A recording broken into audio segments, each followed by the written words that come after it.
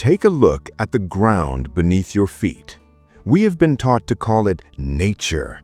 We see majestic canyons, sprawling valleys, and towering plateaus, and we feel a profound sense of awe.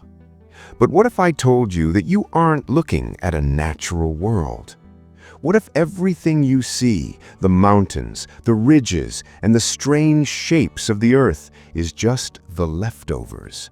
Imagine walking into an abandoned construction site after the crew has been gone for 10,000 years. You would see piles of dirt. You would see deep pits and jagged edges. To a child, those might look like mountains, but to an engineer, they are waste.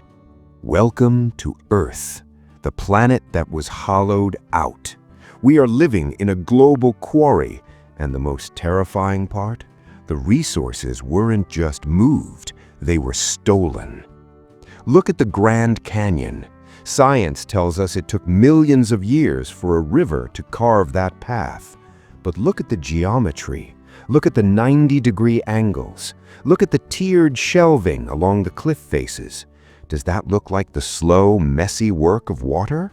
Or does it look like the mechanical precision of a bucket wheel excavator on a scale we cannot comprehend? If you go to a modern open-pit mine today, it looks identical to the landscapes we call national parks.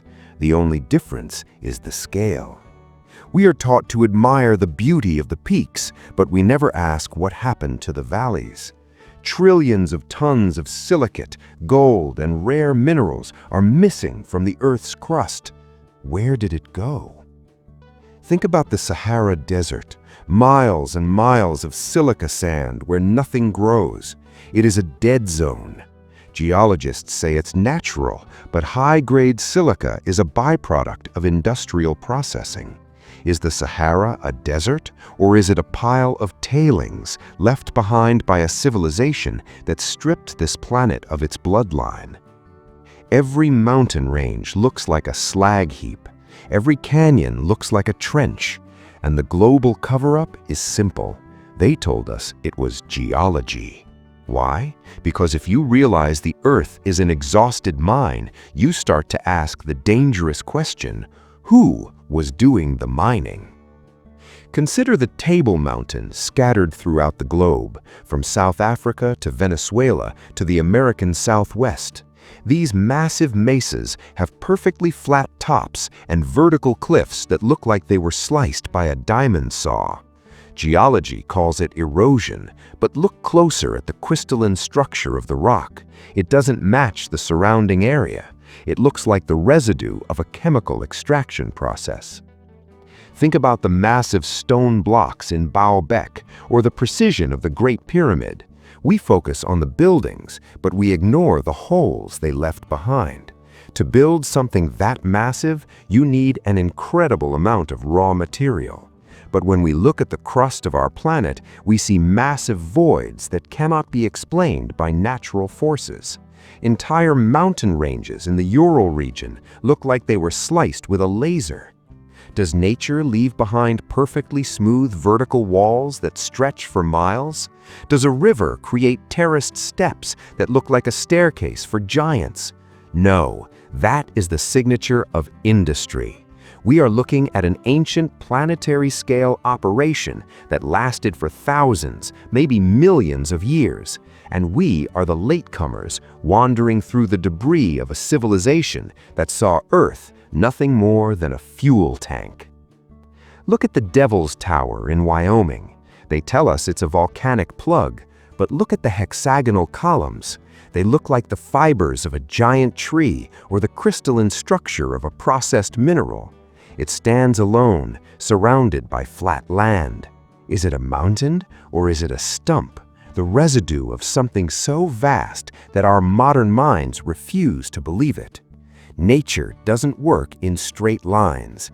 Industry does. We are living among the ruins of a planetary-scale operation. We are the ants crawling over a discarded engine. Our history books are a distraction. Our science is a comfort blanket.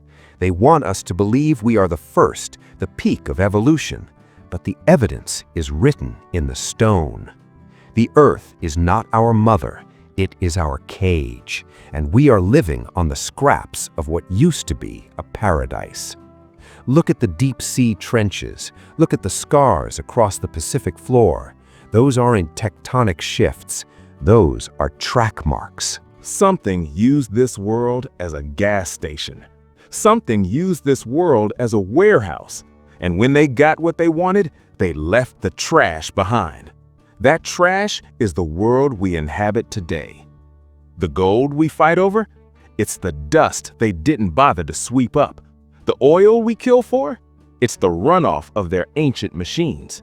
It is time to wake up. Stop looking at the scenery and start looking at the architecture. The mountains are calling, but they aren't singing. They are screaming. They scream because they were once vibrant forests of giant crystalline life. They were once rich with minerals that resonated with the frequency of the stars. Now they are hollowed out husks, stripped of their value.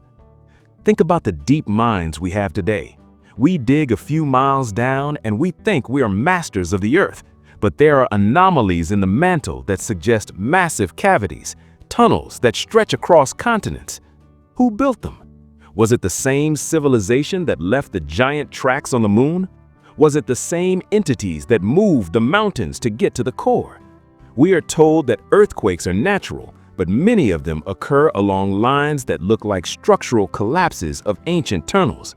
The earth is literally settling into its own empty spaces because they remember the time before the giants arrived.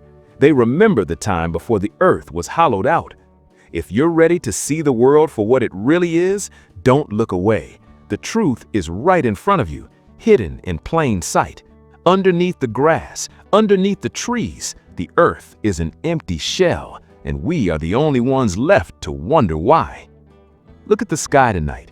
Those stars are not just distant suns, they are the destinations of the cargo ships that carried our world away.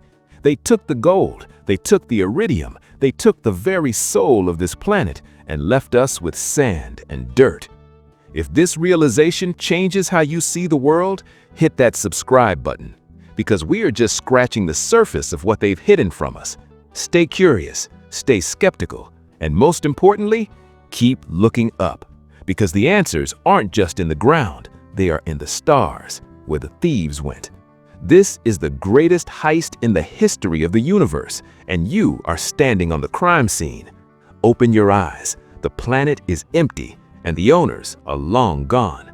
Or maybe they are just waiting for the next harvest. We have been living a lie for generations, accepting the scars of a war we never fought as the natural beauty of our home. But the truth is a heavy burden. The mountains are not peaks, they are slag heaps. The canyons are not valleys, they are trenches. And we are not the masters of the earth. We are the scavengers picking through the ruins. Wake up before they decide there's still something left to take.